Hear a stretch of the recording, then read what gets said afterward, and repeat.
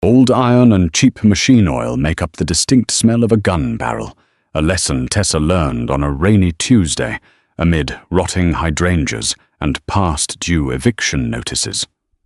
Rather than offering a direct death threat, Dominic Costa chose something much worse. He dropped a $2 million debt contract on her counter, slid a diamond across the glass, and forced her to choose between smiling for his family with a ring on her finger or losing her fingers one by one. Choosing the ring seemed right at the time, though bolt cutters would have been far better. The bell above the shop door chimed. Tessa didn't look up. She was busy scraping aphids off the stem of a discounted rose, trying to salvage 50 cents of profit. "We're closed," Tessa said, tossing the diseased leaves into a plastic bucket. "Come back tomorrow." Nobody answered. The ambient noise of the Chicago street outside, sirens, tires hissing on wet asphalt, the dull roar of the L train, was abruptly severed as the heavy glass door clicked shut. The silence that followed was heavy. Expensive. Tessa looked up. 3 men stood in her shop. 2 were built like brick walls, wearing suits that fit poorly over broad shoulders and holstered weapons. The 3rd man stood in the center. He didn't look like a thug. He looked like an executive who had just finished a hostile takeover and was deciding whether to fire the staff or burn the building down. He wore a charcoal overcoat, unbuttoned over a tailored suit. His hair was dark, trimmed neat. His eyes were the color of dirty ice. Dominic Costa. Tessa knew his face from the local news, though they usually called him a prominent real estate developer. The people in her neighborhood called him the Reaper. "Tessa Reed," he said. His voice was a low, resonant hum that vibrated against the glass display cases. "That's me." Tessa wiped her dirt-stained hands on her apron. Her heart hammered against her ribs, frantic and desperate, but she kept her face blank. Fear was blood in the water. "If you're here for a bouquet, you're out of luck. The carnations are dead, and the lilies smell like a funeral." Dominic didn't smile. He stepped forward, his leather shoes silent on the scuffed linoleum. He reached into his overcoat and pulled out a manila folder. He dropped it on the counter. It landed exactly on top of her final warning from the electric company. "I bought your debt from Frankie Russo," Dominic said. The air in her lungs turned to ash. Frankie Russo was a bottom feeder, a loan shark she had gone to in a moment of sheer, blinding desperation 3 years ago when her mother's hospital bills eclipsed her grip on reality. She had borrowed $50,000. With the exorbitant illegal interest rates, she now owed nearly $300,000. She had been paying it off in drips and drabs, just enough to keep Frankie's goons from breaking her kneecaps. "Why?" Tessa asked, her voice suddenly dry. "Frankie is small-time. Costa doesn't deal in pocket change." "Frankie is dead," Dominic stated, as casually as if he were discussing the weather. "He owed me. I seized his assets. You are an asset. I don't have the money." Tessa crossed her arms to hide the trembling in her hands. "You can burn the shop down. You can kill me. But you can't squeeze blood from a stone." Dominic stared at her. He didn't look angry. He looked profoundly, incurably tired. He reached out and touched the petal of a dying rose. "I don't want your money, Tessa," he said. "I need a fiancé. By tomorrow night." Tessa blinked. Once. Twice. "I'm sorry, what?" "My grandfather is stepping down as head of the family business. He is a traditionalist. He refuses to hand control of the syndicate to an unmarried man. He believes a man without a wife has nothing to lose, and a man with nothing to lose is a liability." Dominic pulled a small velvet box from his pocket and set it beside the folder. "The women in my circle are vipers. If I marry one of them, I marry her family's agendas, her father's greed, her brother's debts. I need a woman with no ties, no family, and no leverage.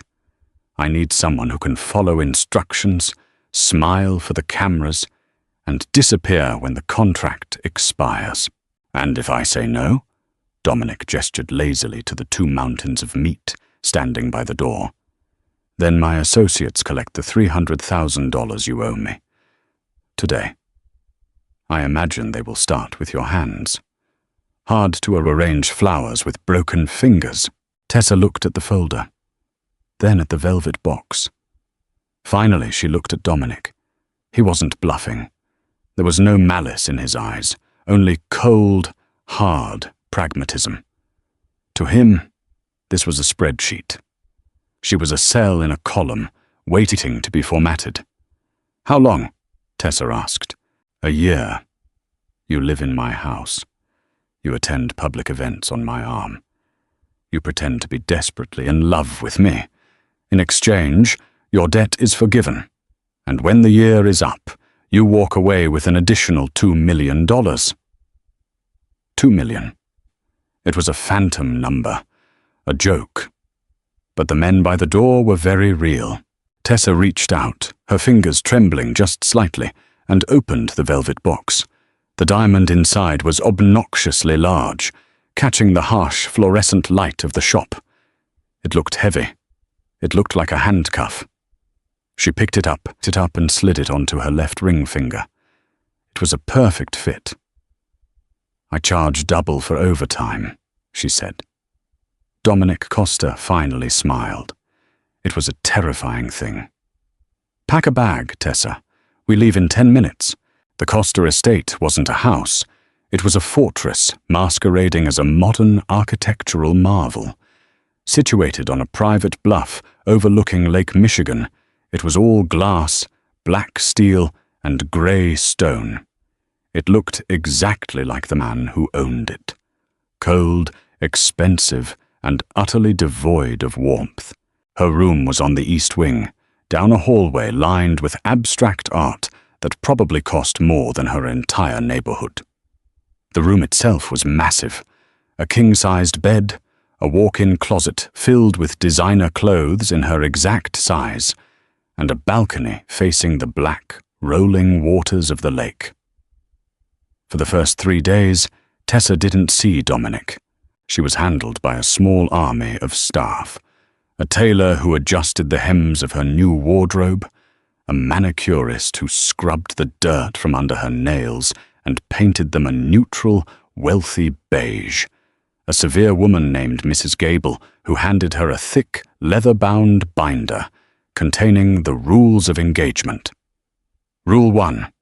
Never speak to the press without Dominic present. Rule 2. Never leave the estate without a security detail. Rule 3. Memorize the provided backstory. They had apparently met at a charity botanical gala. She had spilled champagne on his shoes. He was charmed by her clumsy, working-class grit. It was nauseatingly cliché. It read like a bad romance novel written by an algorithm. On the 4th night, the silence of the house broke Tessa. She woke up at 2 a.m, her chest tight, the phantom smell of rotting lilies in her nose. She needed a glass of water. She needed to feel something real. She padded barefoot down the massive staircase, the cold marble shocking her soles. The house was pitch black, save for the ambient moonlight slicing through the floor-to-ceiling windows. She found the kitchen, a sprawling expanse of stainless steel and granite. Tessa opened the fridge. The light spilled out, illuminating a figure sitting in the dark at the island counter. She gasped, slamming the fridge shut. Dominic sat there, an open bottle of amber liquid in front of him, a lowball glass in his hand. He wasn't wearing a suit. He wore dark sweatpants and a tight black t-shirt. He looked disheveled. The sharp edges of the Mafia boss were blurred by the shadows and whatever was in that glass. "Did I wake you?" he asked, his voice rough. No. Tessa stayed by the fridge, keeping the kitchen island between them. "I just needed water." He gestured vaguely to the cupboards. "Help yourself." She found a glass, filled it from the tap, and drank. The silence stretched between them, thick and awkward. She should have gone back to her room. She should have played the quiet, compliant pawn. But the cynical, exhausted part of her, the part that had fought for every dime for years, won out. "Is this it?" Tessa asked, setting the glass down. "We get married, I sit in a glass box, and you drink in the dark." Dominic rotated the glass in his hand. The ice clinked, a sharp, lonely sound. "Are you complaining about the accommodations, Tessa?" "I'm complaining about the isolation. You hired me to do a job. But if I don't know you, how the hell am I supposed to pretend I love you?" He looked up. His eyes caught the faint moonlight. For a second, he looked entirely hollow. "You don't need to know me. You just need to look at me like I'm the only thing keeping you breathing." "That's acting," Tessa said. "And I'm not an actress. I'm a florist. If your grandfather is as sharp as you say he is, he'll see right through it. If I look at you, and you look at me like I'm a piece of furniture you bought at an auction, we're both dead." Dominic set the glass down. He stood up. He was taller than she realized, broader. He moved around the island with the terrifying, silent grace of a predator. Tessa froze, her bare feet rooted to the floor. He stopped inches from her. She could smell the whiskey on his breath, mixed with the scent of expensive soap and something uniquely him. Cedar and ozone. He reached out. His hand, warm and calloused, cupped her jaw. Her breath hitched. "Look at me," he murmured. Tessa looked up into his eyes. "If my grandfather asks," Dominic said softly, his thumb brushing her lower lip, "you tell him that I am the monster under the bed, but I am your monster. You tell him that when I look at you, the rest of the world burns down." "You don't need to love me, Tessa. You just need to understand that we are tethered together. If I fall, you fall."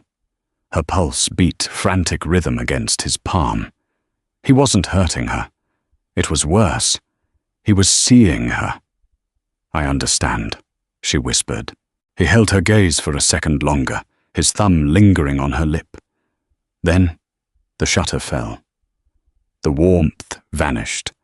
He dropped his hand, picked up his glass, and walked out of the kitchen.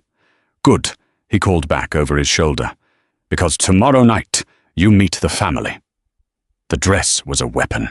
It was a deep, liquid emerald green silk that clung to her ribs and flared at her hips. The slit went dangerously high on her left thigh, and the neckline plunged just enough to be scandalous without being cheap. Tessa stared at herself in the vanity mirror of her bedroom.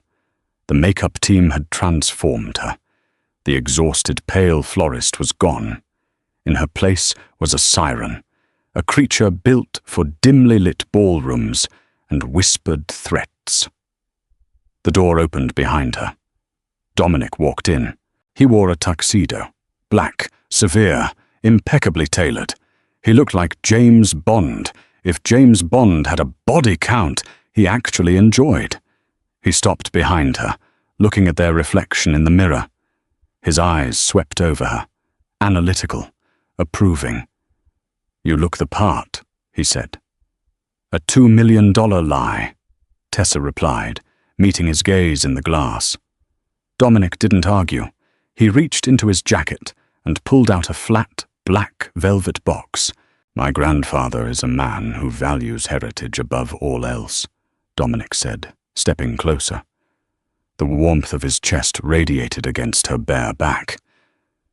"He knows I could buy you diamonds the size of golf balls, but that would just prove you're a transaction. To sell this, we need history." He snapped the box open. Tessa's breath stopped in her throat. The room tilted, a sudden, violent vertigo gripping her. Nestled in the white satin was a necklace. It wasn't a standard piece of jewelry. It was an antique. A thick, oxidized silver chain held a massive, hexagonal-cut emerald. But it was the setting that made it unique. The silver was twisted into the shape of thorny vines, wrapping around the green stone like a cage. "This was my mother's," Dominic said, his voice quiet, almost reverent. "She wore it the night my father proposed to her.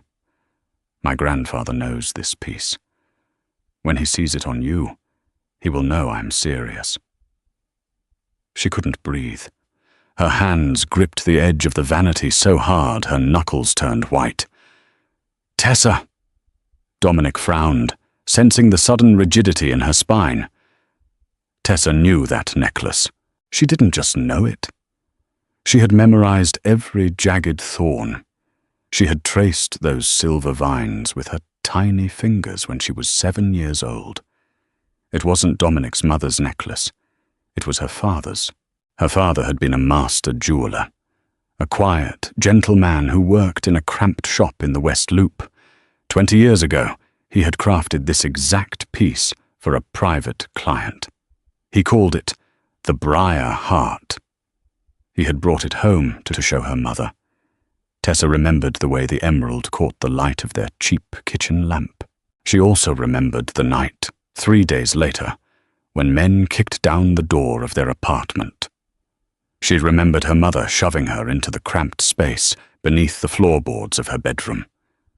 She remembered the heavy boots pacing above her head, the shouting, the sickening sound of a gunshot. 2 gunshots. When the police finally pulled her out, her parents were dead. The safe in her father's workshop was empty. The Briar Heart was gone. "Put it on," Dominic instructed, stepping closer, lifting the heavy silver chain from the box. Her reflection stared back at her, pale, horrified. She looked at the man behind her. Dominic Costa, a Mafia boss, a man whose family traded in blood and extortion. "Where did she get it?" Tessa choked out. Her voice sounded thin, fractured. Dominic paused, the necklace hovering inches from her collarbone. "What? Your mother?" Tessa said, forcing herself to turn around, facing him. She had to look into his eyes. She had to know. "Where did she get this necklace?" His brow furrowed. "It was a gift from my father. An anniversary present." Why, a gift. A bloody, stolen gift. Dominic's father had ordered the hit, or he had bought it from the men who pulled the trigger. Either way, the blood of her parents was baked into the oxidized silver of the cage. And now, the son of the man who likely orchestrated her ruin was asking her to wear it as a symbol of their fake devotion. "It's heavy," she whispered, staring at the emerald. "It's just jewelry, Tessa," Dominic said, his patience thinning. The grandfather clock in the hallway chimed the hour. "Turn around, we are going to be late." Tessa turned around. The cold silver touched her skin, sending a violent shockwave down her spine. Dominic fastened the clasp at the nape of her neck. His fingers brushed her skin, warm and alive. The emerald rested against her chest, right over her heart. It felt like a stone. It felt like a tombstone. "Perfect," Dominic murmured, looking at their reflection. He saw a masterpiece of deception. A beautiful, compliant woman wearing his family's legacy. Tessa saw a ghost. She looked at Dominic Costa in the mirror, the man she owed her life to, the man who had bought her debt, the man whose family had slaughtered hers. The fear that had governed her life for the past 3 years evaporated. It didn't fade, it incinerated, replaced by something entirely new, a cold, absolute fury, a quiet, terrifying clarity. She wasn't just a florist anymore. She wasn't a hostage. She was a Trojan horse. She touched the emerald, feeling the sharp edges of the silver thorns. She smiled at Dominic's reflection. It was the best acting she had done in her life. "Let's go meet the family, darling," she said. The drive to the Oak Brook compound took exactly 47 minutes. Tessa spent every second of it calculating. The back of the armored Maybach smelled of rich, conditioned leather and Dominic's cedar cologne. The rain beat a steady rhythm against the bulletproof glass. The city lights of Chicago blurred into long streaks of neon red and harsh white. She stared out the window, tracing the route in her mind. The emerald rested against her collarbone. It didn't warm to her skin. It stayed ice cold, a constant, physical reminder of the blood on the hands of the family she was about to walk into. "You're quiet," Dominic noted.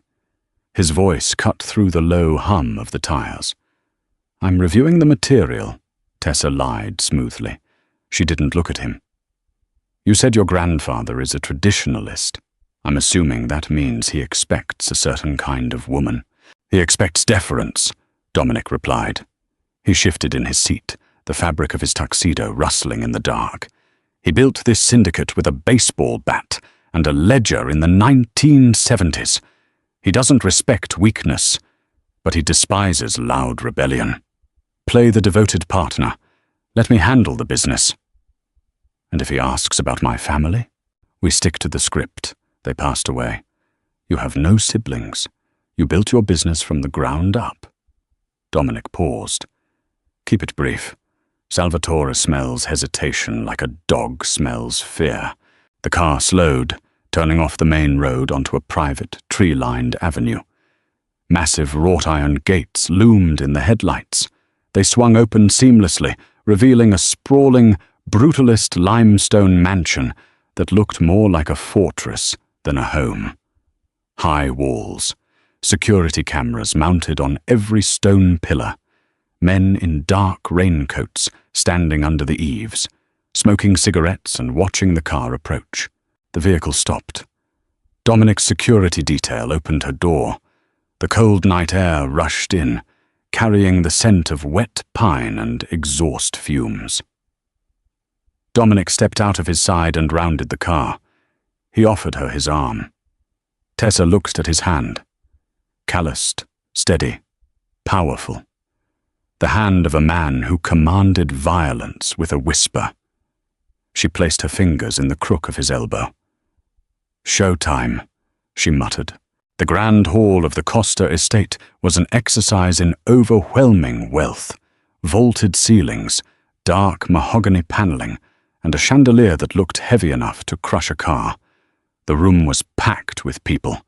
Men in expensive tailoring, holding glasses of scotch. Women in designer gowns, dripping in diamonds that caught the harsh light. The air was thick with the hum of low conversation, the clinking of crystal, and the distinct, metallic undertone of danger. These weren't just relatives. These were capos, lieutenants, and politicians on the payroll. Conversations died as Dominic and Tessa descended the main staircase. Eyes tracked them, assessing, judging, stripping her down to her bones to see if she was a threat or a target. "Chin up, Tessa," Dominic murmured, his breath brushing her ear. To the crowd, it looked like a lover's whisper. To her, it was a tactical command. Tessa plastered a serene, untouchable smile on her face. She channeled every ounce of cold rage pooling in her stomach and used it to freeze her nerves. They waded into the crowd. Introductions were a blur of Italian surnames and crushing handshakes. She met Dominic's uncle Carmine, a sweating man with a twitching left eye who stared at her chest a second too long. She met his cousin, Leo, who had a razor-thin smile and eyes like broken glass. Then the crowd parted. At the far end of the hall, sitting in a high-backed leather chair by a roaring fireplace, was Salvatore Costa. He was a frail-looking man, ancient and weathered, wrapped in a dark cashmere cardigan. Oxygen tubes snaked over his ears, connected to a tank beside his chair. But his eyes were terrifying. They were the same dirty ice color as Dominic's, but they lacked the younger man's pragmatism. Salvatore's eyes were pure, uncut malice. Dominic guided her forward. They stopped a respectful 5 feet away. "Grandfather," Dominic said, bowing his head slightly. Salvatore didn't look at his grandson. His gaze locked onto her. It felt like being scanned by a predatory bird. His eyes roamed over her face, down her neck, and stopped dead on her chest. The emerald. The briar heart. Salvatore's thin, pale lips twitched. He raised a trembling hand, pointing a crooked finger at the necklace. "Isabella's piece," Salvatore croaked.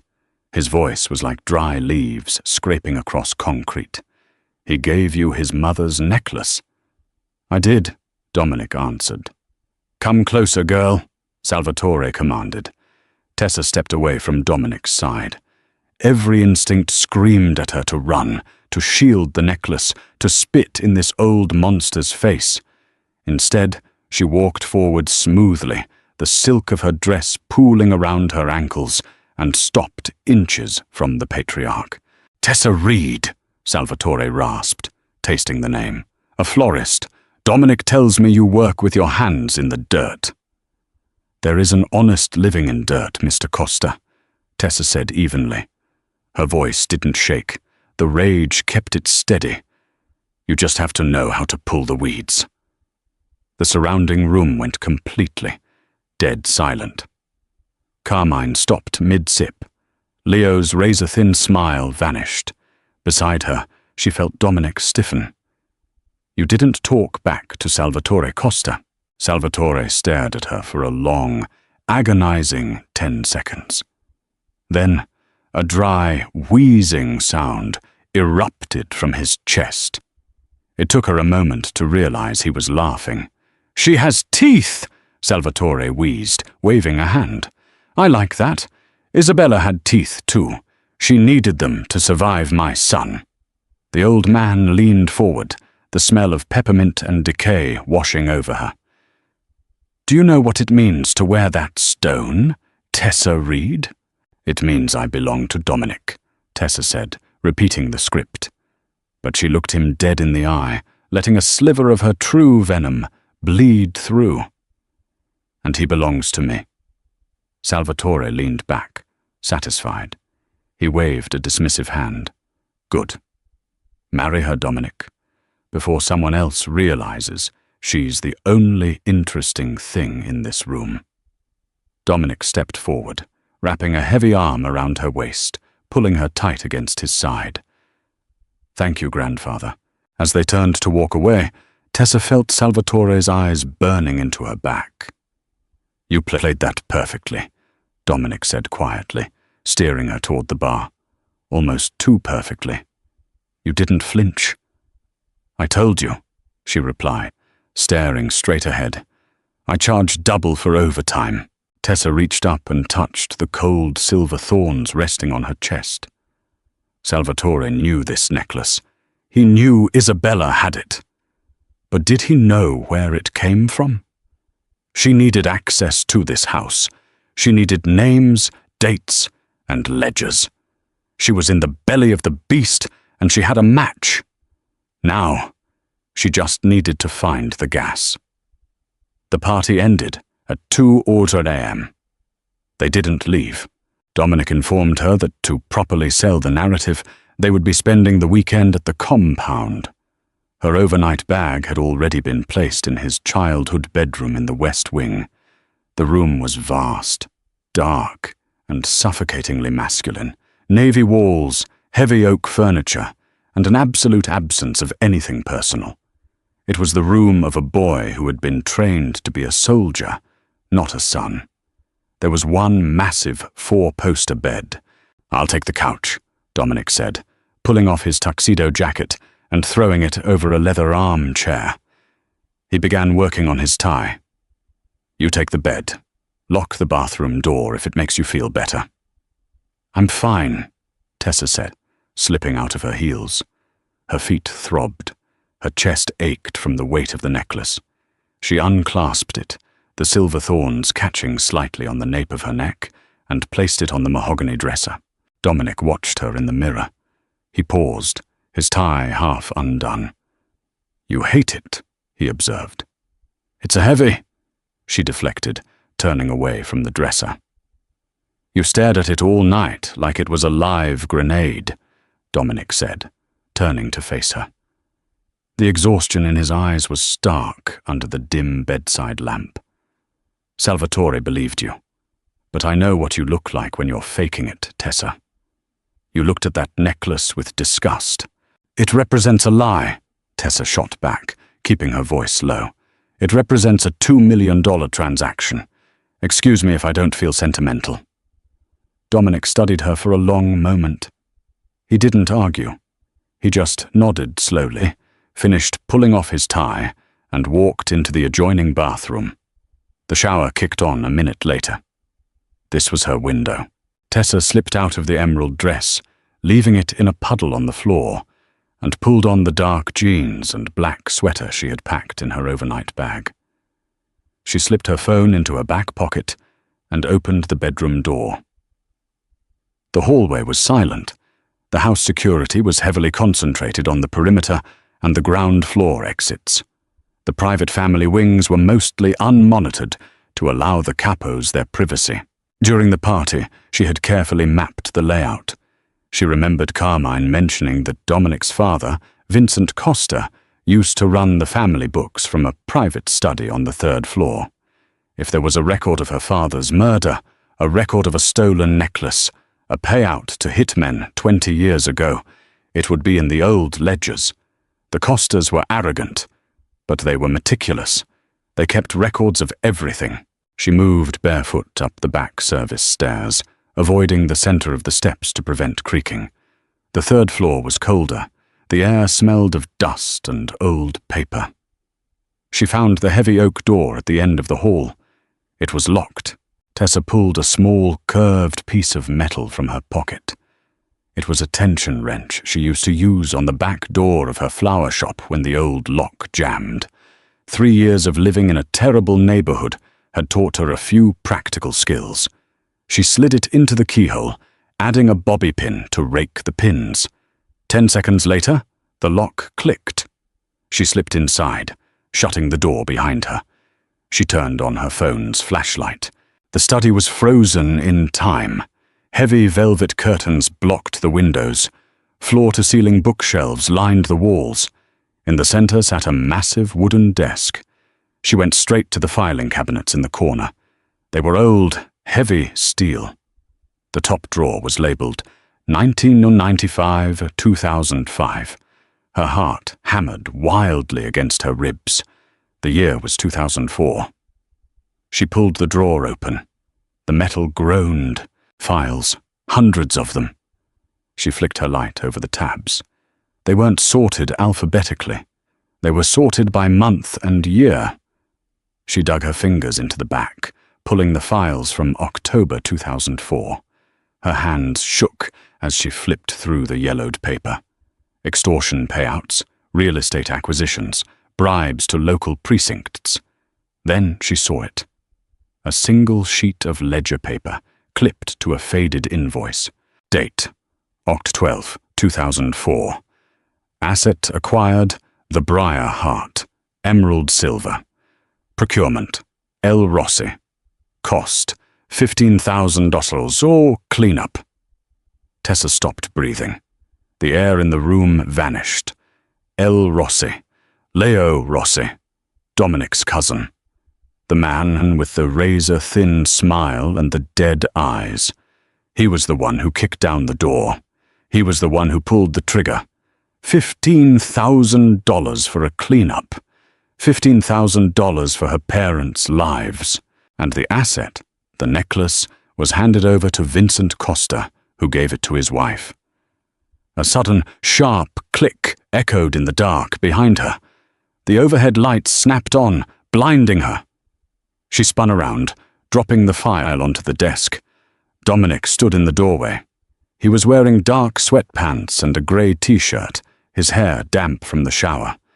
In his right hand, aimed casually but firmly at her chest, was a suppressed 9mm handgun. His eyes were no longer tired. They were lethal.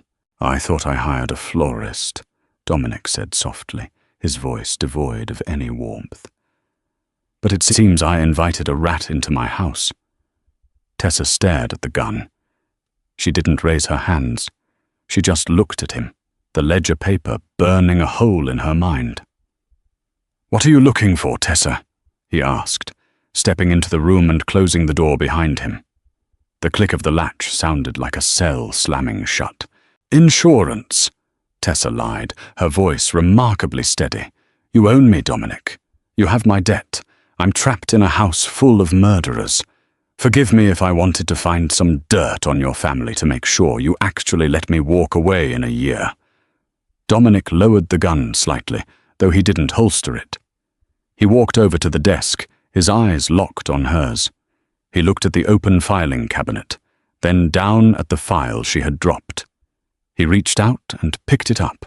He read the ledger entry. Tessa braced herself. If he realized who she was, he would kill her right there. The fake engagement would end with a bullet in a dusty study. Dominic frowned, looking at the paper. October 2004. Procurement of my mother's necklace. Leo. He looked up at her, confused. This is an acquisition record. How is this insurance? He didn't know. The realization hit Tessa like a physical blow. He genuinely didn't know how his father got the necklace. He thought it was just a piece of stolen property, bought from a fence or a thief. He didn't know it was ripped from the neck of a dead jeweler in front of his 7-year-old daughter. "It proves your cousin is a thief," Tessa said, thinking fast, leaning into the lie. "It proves your family trades in stolen goods. If you cross me, I leak it to the press. The great Costa family, buying hot jewelry." Dominic stared at her. Then, slowly, he started to laugh. It wasn't the terrifying laugh of his grandfather.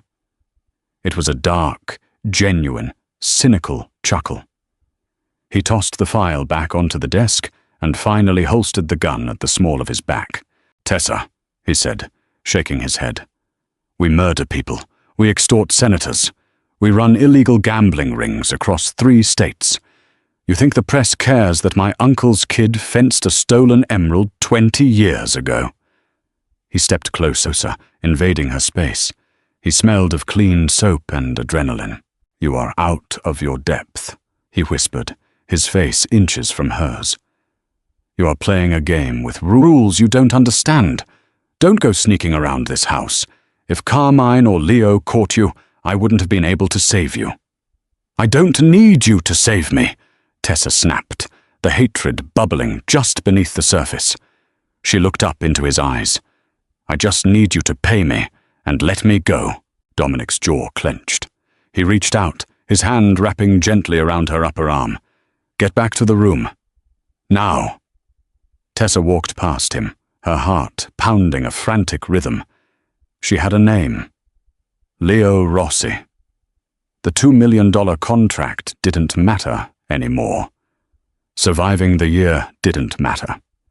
She was going to burn this family to the ground, and she was going to start with the man who pulled the trigger. The sunlight in the city was blinding, reflecting harshly off the glass storefronts of the magnificent Mile. It was Tuesday, 4 days after the party at the compound.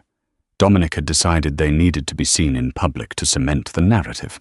The tabloids had already picked up the story of the reaper of real estate and his mystery florist. They were walking out of an upscale Italian restaurant after a highly publicized lunch. Paparazzi hovered across the street, their camera lenses flashing like strobe lights. Dominic had his arm securely wrapped around Tessa's waist, pulling her close. To the cameras, they were the picture of sudden, intense infatuation. To her, his grip felt like a vice. "Smile," Dominic muttered through gritted teeth, waving politely at a photographer. "You look like you're walking to the gallows." "I'm calculating the dry cleaning bill for this coat," Tessa shot back, adjusting the lapels of the white cashmere trench coat his stylists had provided. "And your hand is crushing my ribs." His grip loosened slightly, shifting his hand to rest flat against her lower back. His thumb traced a slow, rhythmic circle over her spine. It was a purely performative gesture for the cameras, but the heat of his touch bled through the thin fabric of her dress, sending an unwelcome shiver down her back. "Better?" he asked. "Tolerable," she replied. They reached the curb, waiting for the armored SUV to pull around. The street was crowded with tourists and business people walking briskly in the crisp autumn air. Tessa scanned the crowd. Ever since finding the ledger, her paranoia had spiked. She saw threats everywhere. Every man in a dark suit looked like a Costa enforcer. Then she saw him, walking down the sidewalk, cutting through the pedestrians with arrogant ease, was Leo Rossi. He was wearing a sharp navy suit, talking on a cell phone. Tessa's breath caught in her throat. The world tunneled, narrowing down to the man who had murdered her father. Her hands curled into fists in her coat pockets. The urge to cross the street, to grab a steak knife from the restaurant patio, to do something reckless and violent, surged through her like an electrical current. Dominic felt the sudden, rigid tension in her body. He stopped waving to the cameras and looked down at her. "What is it?" he asked, his voice instantly dropping its public warmth, shifting into tactical coldness. Before she could answer, Leo noticed them. He hung up his phone, the razor-thin smile stretching across his face, and altered his course to intercept them at the curb. "Dominic!" Leo called out, spreading his arms wide. He ignored the flashing cameras across the street. "And the beautiful bride-to-be. I didn't expect to see you slumming it in the city today." "Leo," Dominic said. His tone was perfectly neutral, but Tessa felt the muscle in his back jump beneath her hand. "We were just leaving." "Shame," Leo said, stopping in front of them. He looked at her, his dead, glassy eyes slowly trailing down her body. He stopped at her chest. She wasn't wearing the emerald today. It was locked in the compound vault, but Leo's gaze lingered exactly where the necklace usually rested. "You look familiar, Tessa," Leo said smoothly. "Have we met before the gala?" Tessa's blood turned to ice water. "I don't think so," she said. Her voice sounded hollow, distant. "I sell flowers. You don't strike me as a man who buys them." Leo chuckled. "You'd be surprised what I buy." He stepped half a pace closer, invading their space. He looked at Dominic. "Uncle Salvatore wants a word with you, Dom. Tonight." The docks on the south side. Some inventory went missing from the transit containers. "He wants you to balance the books." "I'll handle it," Dominic said shortly. He stepped slightly in front of her, subtly blocking Leo's line of sight to her. It was a protective gesture. It confused the hell out of her. "See that you do?" Leo smirked. He looked back at Tessa, tipping an imaginary hat. "A pleasure, Tessa. Try not to wilt before the wedding." He turned and walked away, disappearing into the crowd. Tessa stood frozen on the sidewalk. Her chest heaved. She was standing next to Dominic, being protected by a man whose family she was planning to destroy, hiding from the man who destroyed hers. The hypocrisy and danger of it all threatened to crush her. The black SUV pulled up to the curb. Dominic opened the door, waiting for her to get in. When the doors closed and the tinted windows sealed them off from the street, Dominic turned to her. The facade was entirely gone. "What was that?" he demanded. "What was what?" Tessa kept her eyes on the leather partition, separating them from the driver. "You looked at Leo like you were going to gut him right there on Michigan Avenue," Dominic said, his voice dangerously low. "Your pulse is racing. Your hands are shaking." He reached over and grabbed her right hand, pulling it out of her coat pocket. He uncurled her fist. Her fingernails had dug into her palm so hard, they had drawn tiny crescent moons of blood. Dominic stared at the blood on her hand, his brow furrowing deeply. He looked up at her face. "He's just an arrogant prick," Tessa said, pulling her hand away. He makes my skin crawl." "Leo makes everyone's skin crawl," Dominic said, watching her closely. "He's a sociopath. He handles the wet work for my grandfather. But you looked at him with recognition. Why?" "I told you, I don't know him." Dominic leaned back against the leather seat. He didn't believe her. She could see the gears turning in his head, his analytical mind trying to put the pieces together. He was a predator, and he smelled a secret. "Leo is dangerous, Tessa," Dominic said softly, his eyes locked on hers. "He doesn't like that I am the heir. He thinks Salvatore is getting weak in his old age for letting me lead. If he finds a weakness in me, he will exploit it. If you have some kind of history with him, if you owe him money, if you know something you shouldn't, you need to tell me. Now." "And if I did?" Tessa challenged, her voice shaking just slightly. "What would you do? Protect me?" Dominic didn't hesitate. Yes, the sincerity in his voice hit Tessa harder than a threat would have. He meant it. This cold, calculating Mafia boss was fully committed to shielding his fake fiancée. Because she was an asset? Or because of something else? She looked at Dominic. She saw the man who drank alone in the dark. The man who hated his father's legacy but wore it anyway. If she told him the truth, if she told him Leo murdered her parents for a necklace, what would he do? Would he kill his own blood for a woman he bought? Or would he silence her to protect the family name? She couldn't risk it. She couldn't trust him.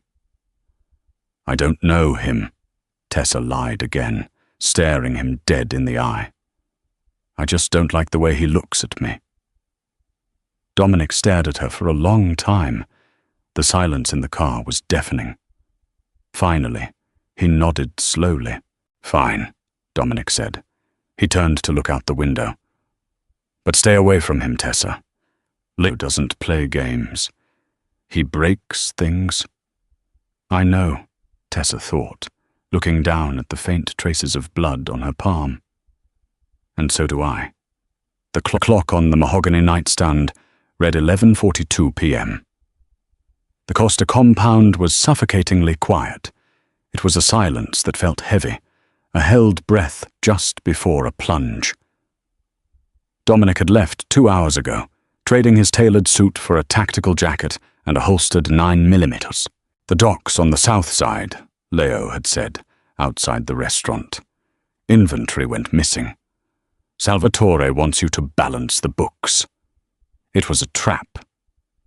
Tessa didn't know the intricacies of Mafia smuggling routes or syndicate politics, but she knew the razor-thin smile of a predator holding a royal flush. If Leo killed Dominic tonight, her $2 million shield evaporated. More importantly, her only bridge to the man who murdered her father would be gone, buried under syndicate red tape. She dressed in black jeans and a dark hoodie, grabbing the tension wrench from her duffel bag. The exterior guards were busy looking outward for threats, completely ignoring the ones already inside the gates. She slipped out through the servants' kitchen, bypassed the electronic lock on the eastern delivery gate with her makeshift tools, and walked a freezing mile before she found enough cell service to call a cab. The Southside shipping yard smelled of dead water, rusted iron, and diesel fuel. A heavy, freezing mist had rolled in off Lake Michigan, turning the labyrinth of stacked shipping containers into a ghost town. Tessa paid the cab driver in cash. He sped off immediately, his tires spinning on the wet asphalt, eager to leave the desolate industrial zone. She navigated the narrow gaps between the corrugated steel walls, guided by the sickly orange glow of high-mast sodium lamps and the low, throbbing hum of an idling engine. She found them near the water's edge. Dominic stood beside a black SUV. He had 3 men with him, heavy rifles slung over their shoulders. Across a puddle-pitted stretch of concrete stood Leo. He only had 2 men. That was the tell. Leo wouldn't walk into a confrontation with the syndicate heir underarmed unless the outcome was already bought and paid for. Tessa crouched behind a rusted loading crane, her heart hammering a frantic, bruising rhythm against her ribs. The manifest says 3 crates of weapons from Marseille. Dominic's voice carried easily over the sound of the lapping water. Detroit received 2. You oversaw the transit, Leo. Where is the 3rd crate? Leo leaned casually against a shipping container and flicked open a silver lighter. Transit is messy, Dom. Things fall off the truck. $300,000 in unregistered firearms don't dissolve in seawater. Dominic took a step forward. Salvatore doesn't tolerate skimming. I don't tolerate being lied to. Leo lit a cigarette, the cherry glowing bright red in the fog. Salvatore belongs in a museum, right next to his oxygen tank. And you? You want to build condos. You want to cut ties with the streets. The streets don't like being cut. Is that a confession? Dominic asked quietly. It's an eviction notice. Leo didn't draw a weapon. He just smiled. Behind Dominic, 2 of his own men, the guards paid to protect him, raised their rifles and aimed directly at Dominic's back. She didn't think. The cynical, calculated survival instinct she'd honed for 3 years entirely vanished. She grabbed a rusted, heavy iron pipe resting near the base of the crane. She stepped out of the shadows, swung her arm back, and hurled it with everything she had. It slammed violently into the corrugated steel container beside the turncoats. A massive, echoing clang shattered the tense air. The traitors flinched, their barrels jerking toward the noise for a split second. That fraction of a second was all Dominic needed. He moved with explosive, terrifying speed. He spun, drawing his weapon and firing twice before the first traitor could re-aim. The man dropped. The second traitor squeezed the trigger, spraying blind automatic fire across the asphalt. But Dominic was already closing the distance. He put a bullet into the man's knee, then his chest. Leo's remaining men drew their weapons. The docks erupted into a deafening roar of gunfire. Tessa flattened herself behind the crane, pressing her hands over her ears as bullets pulverized the concrete around her. The air grew thick with the acrid stench of cordite. It lasted 30 seconds. Then only the sound of water slapping the pylons remained. She peered around the rusted metal. The traitors were dead. Leo was gone, vanished into the freezing mist. Dominic leaned heavily against the shot-up SUV. His gun was still raised, sweeping the shadows. He reached his left hand up to his right shoulder. It came away slick with dark, shining blood. "Who's there?" he barked, his voice ragged with pain. Tessa stepped into the orange light. Her hands were empty. She was trembling so violently her teeth clicked together.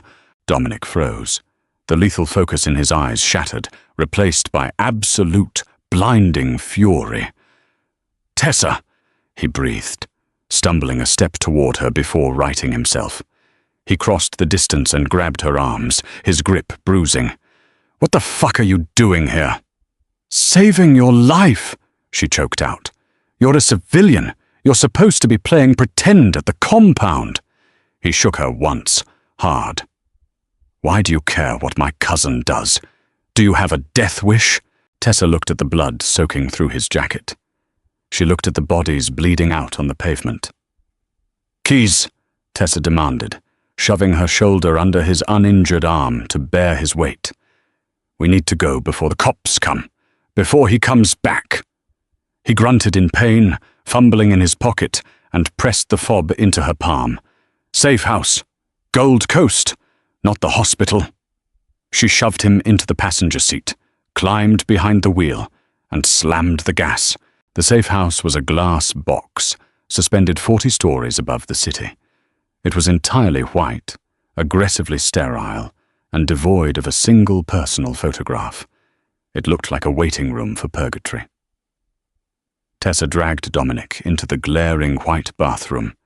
His skin was the color of wet cement. Blood had saturated the right side of his tactical jacket, leaving a smeared, morbid trail across the pristine marble floor. He swayed, catching himself on the edge of the sink with his good arm. "Jacket off," she ordered, tearing open the cabinets beneath the sink. She found a trauma kit wrapped in the black canvas. Gauze, saline, butterfly stitches. Standard equipment for a man who expected to bleed. Dominic gritted his teeth and awkwardly shrugged out of the ruined jacket and the dark sweater beneath it. His torso was mapped with old, faded silver scars, but the new one was weeping sluggishly just below his collarbone. "Through and through," he rasped. His chest heaved with shallow breaths. "Missed the bone. Pack it tight." Tessa poured saline directly into the wound. Dominic didn't scream, but a low, ragged sound tore from his throat. His knuckles turned white against the marble counter. Her hands didn't shake.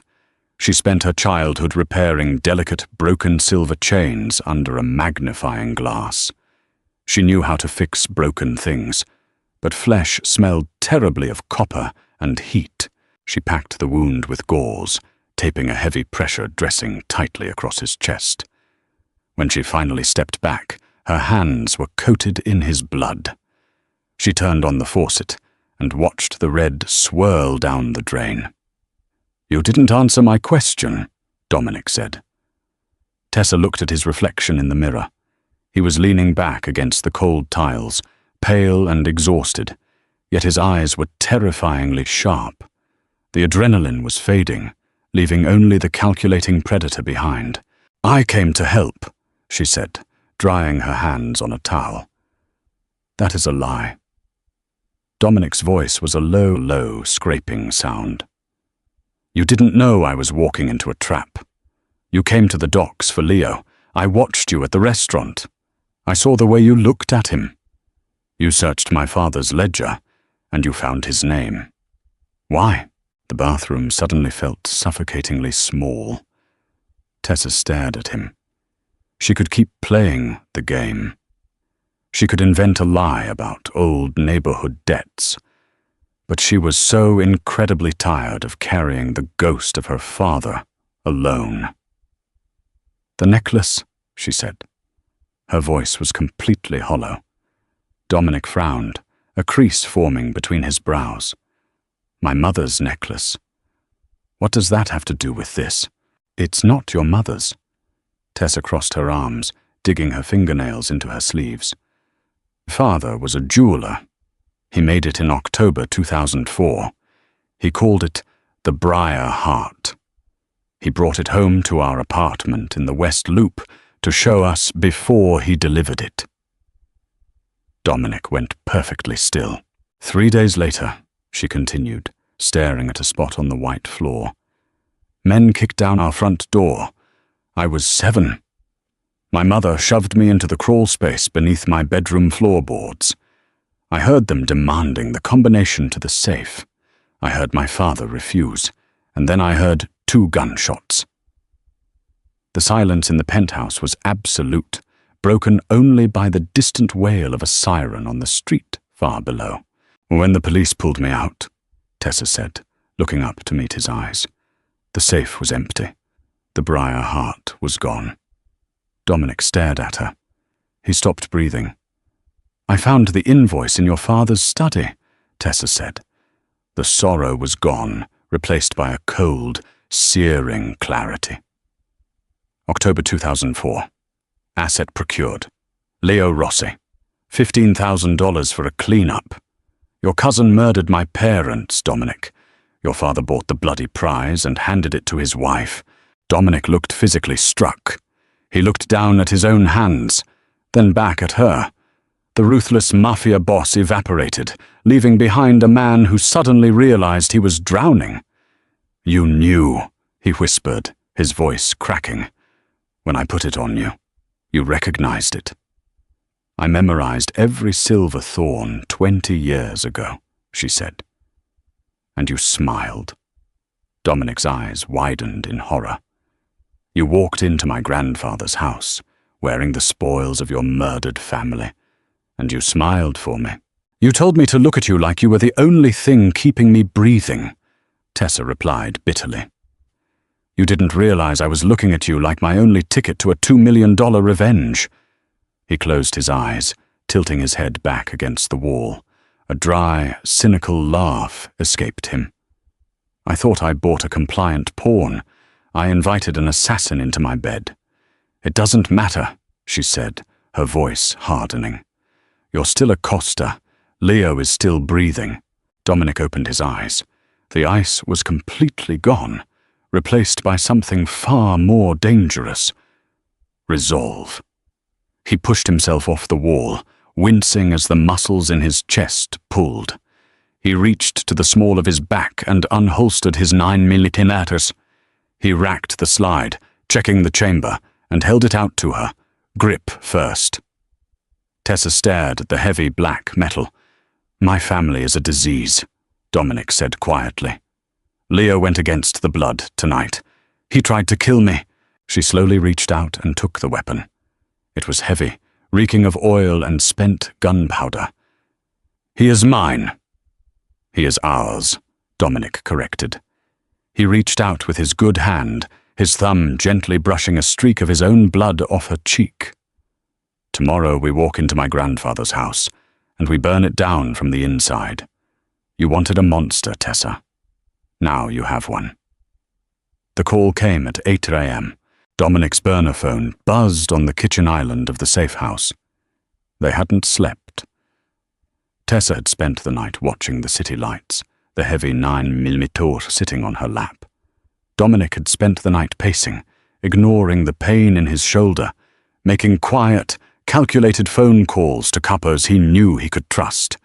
He answered the phone on the second ring. He listened for 30 seconds, said, "We'll be there," and hung up.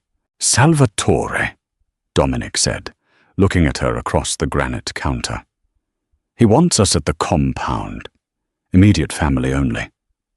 Leo is already there." Tessa stood up. She was wearing the same dark jeans and sweater from last night, though she had washed the grime off her face. He told Salvatore his version of the docs. He told Salvatore that I've gone rogue, Dominic corrected, that I'm trying to purge the old guard. And he's going to demand my head. "What's the play?" she asked. Dominic walked into the bedroom and emerged a minute later, wearing a fresh black suit.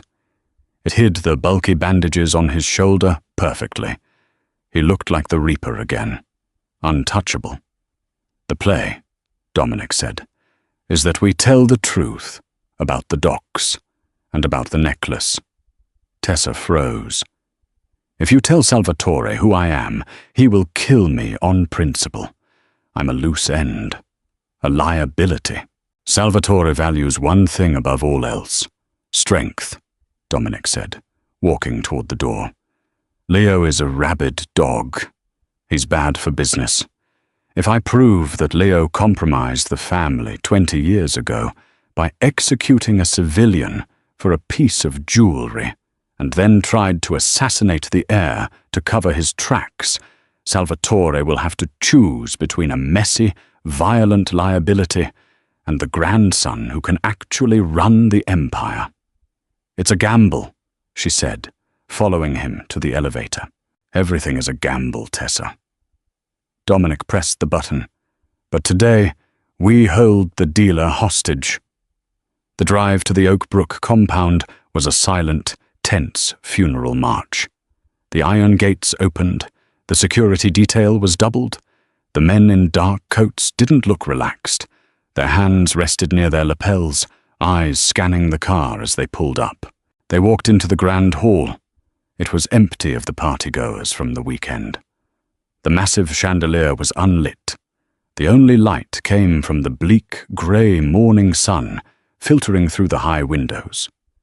At the far end of the room, sitting by the unlit fireplace, was Salvatore Costa.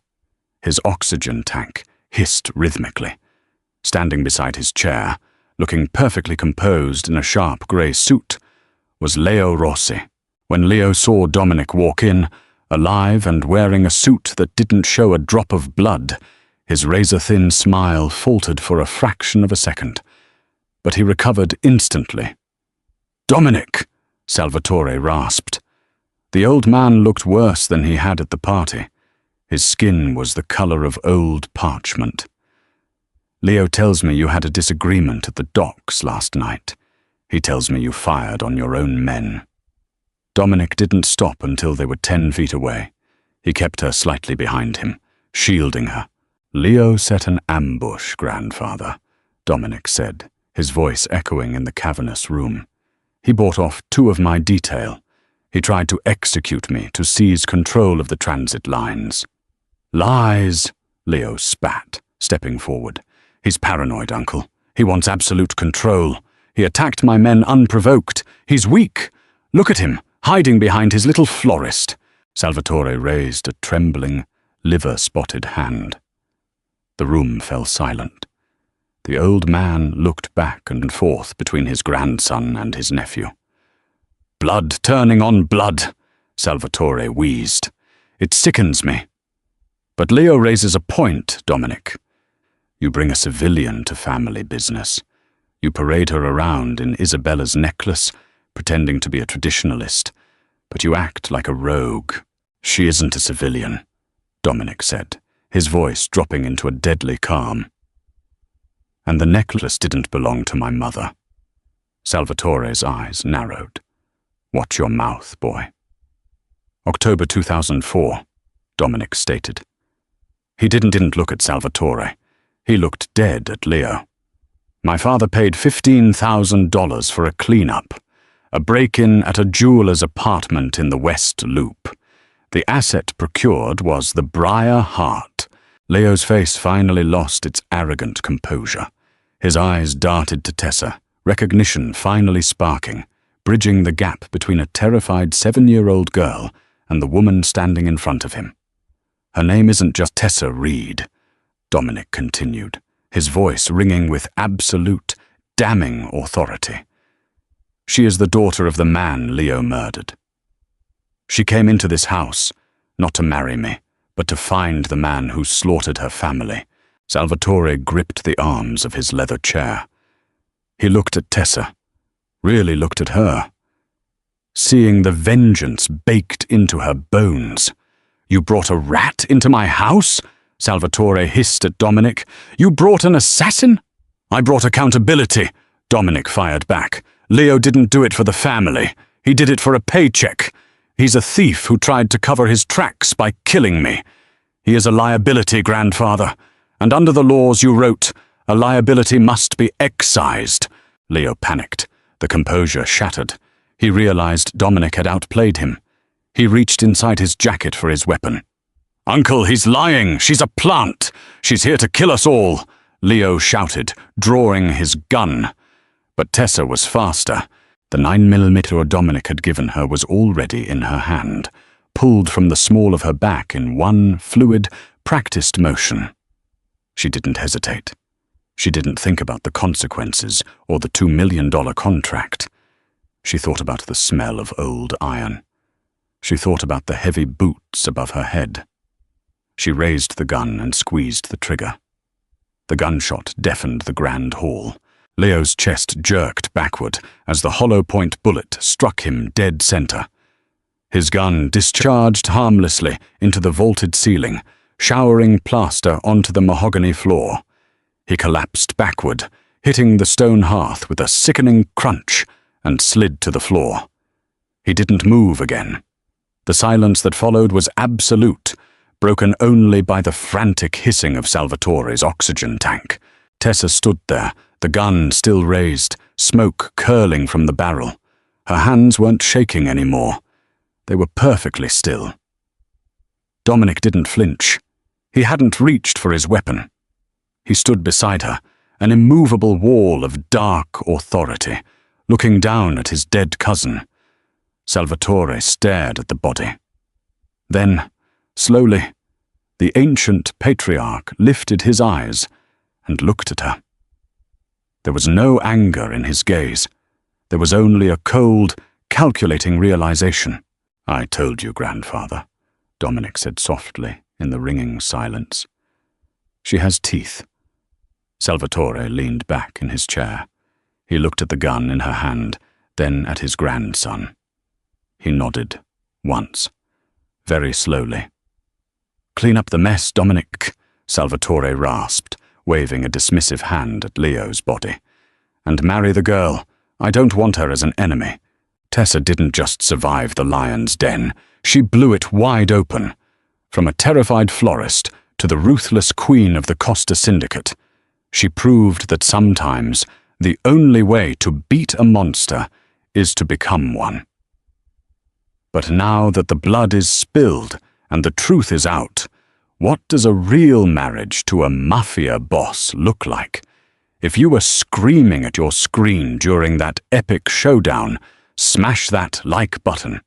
Share this insane revenge story with your friends and hit subscribe to catch more dark, twisty romance dramas.